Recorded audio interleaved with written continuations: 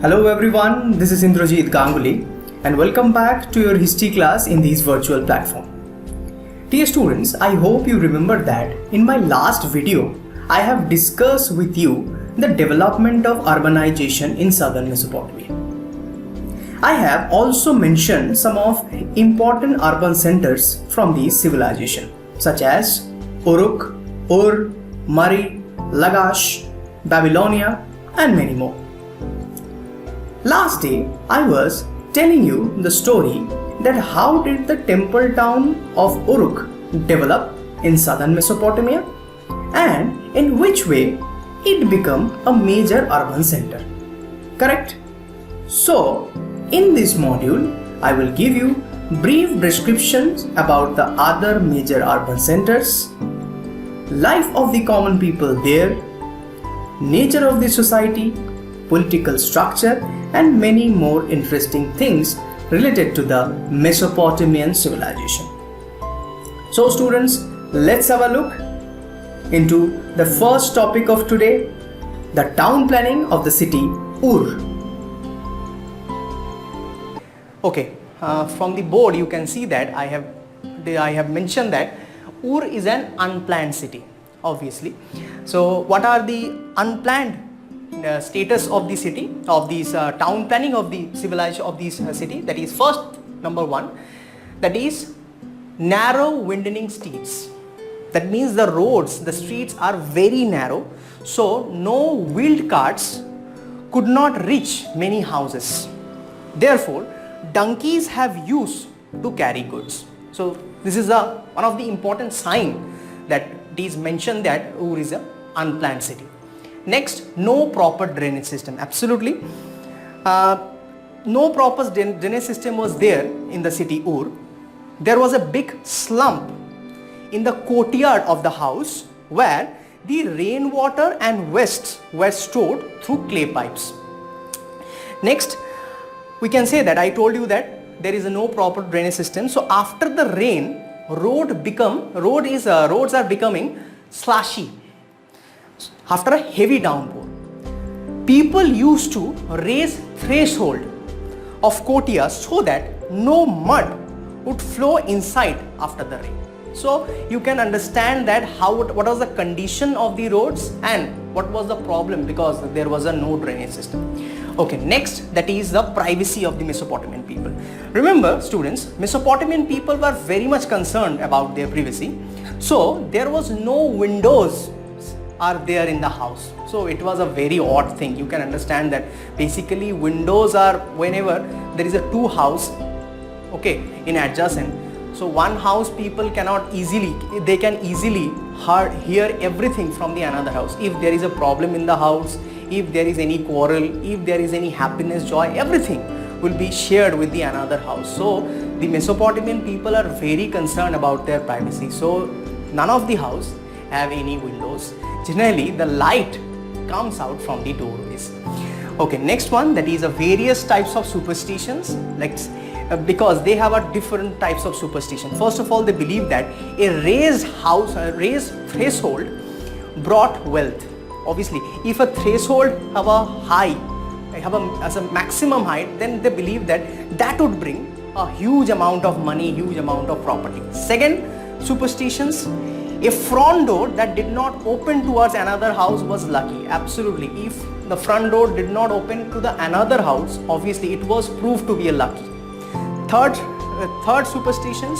If the main wooden door of a house opened outwards, then the wife would be torment to her husband. So it is such kind of superstitions are there in the Mesopotamian people, and they have some beliefs in that time, in the ancient times. Next, that is another important feature, that is symmetry. Generally in the city there are symmetry which have graveyards of royal peoples and the commoners. But usually during the time of the excavation of the Mesopotamian civilizations, archaeologists, they also found graveyards in the courtyard of the house, because generally after the death of a human body, they usually buried the dead body in the courtyard of the house, and the courtyard of the house is also used as a graveyard. So this is the features of the town planning of the Mesopotamian civilization. I have seen that this was a very unplanned city, And I also told you that the Indus Valley civilization was contemporary to Mesopotamian civilization. Next year in class 12 I will discuss with you the town planning of the Mohenjo-daro. Okay, and you will be surprised to know that what are the difference of these town planning, or difference between the town planning of Ur and Mohenjo-daro. Okay, remember students, the town planning of the city Ur was very important for 8-mark question. So please very careful to prepare notes on this topic. Okay, our next topic, third urban center of the Mesopotamian civilization, that is trading town and royal capital of the civilization, which is known as Mari. After 2000 BCE, the royal capital Mari flourished. The main livelihood was pastoralism. Herders needed to exchange young animals, cheese, leather and meat in return for grain, metal, tools, etc. There is a conflict among pastoralists and settled agriculturists because shepherd may take their animal across a sown field. So settled agriculture is denied pastoralists to access to river and canal, obviously. So whenever the herders took their animals from the sown field, obviously it affected the crops. So obviously settled agriculturists did not permit this to the pastoralists, and therefore there is a conflict between the settled agriculturists and pastoralists. You can see several nomadic communities like Akkadians, Amorites, Assyrians, Arameans came here and settled down. So we can say that the Mesopotamian civilization became the mixture of diverse civilization. Remember, I had already told you that the Mesopotamia, the city of Mari is a royal capital of the civilization. The king of Mari was belonged from the Amorites community. Remember student, it is very important for 1-mark question, that is the king of Mari belonged to the Amorites community. In NCERT on page number 42 and 43 there is a picture of the palace of the king of Mari, and on the page number 43 you can find there is a passage and which described this picture. I am suggesting you to please go through this passage because it is very important for your examination. Okay, next, that is trade and commerce of Mari. Generally wood, copper, tin, wine and various other goods that were carried in boats along the Euphrates. Exchange of goods was made with Turkey, Syria and Lebanon. Okay, officers of Mari levied a charge on the boats who carried their cargo across Euphrates. Copper, tin, bronze, etc. are highly demanded. So generally this is another important occupation for the Mesopotamian people, and that is a trading, and trading also have an important contribution in the economy of the Mesopotamian civilization. Okay, our last topic of this chapter, that is legacy of writing, which is the legacy of the Mesopotamian civilization. I hope you know the meaning of legacy. The legacy meaning succession of the particular thing. Okay, the greatest legacy of the Mesopotamian civilization to the world is mathematics, obviously. There is a tablet which generally archaeologists found. It was dated around 1800 BCE. These tablets generally contains like the division, multiplication, division tables, square and square root tables, tables of compound interest and so on. Okay, let me tell you an interesting thing. I think you know the value of root 2. What is it?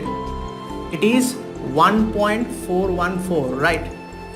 I think you know that value of root 3. What is it? 1.732, right? So how these generally calculation produce? The Mesopotamian, these people, they have the techniques about it. The techniques are 1 plus 24 divided by 60 plus 51 divided by 60 square plus 10 divided by 60 cube. So after this calculation they usually get these value 1.414. So you can understand the legacy of the Mesopotamian civilization. Not only this, but also division of year, months, weeks, seconds, everything has to be the legacy of the Mesopotamian civilization. Not only, but also the solar eclipse, lunar eclipse, all types of measurements are there, and so all types of data is generally there in the tablets of the Mesopotamian civilization. Okay students, this is it for today. From my next classes, I will provide you important questions and activities. Thank you and have a nice day.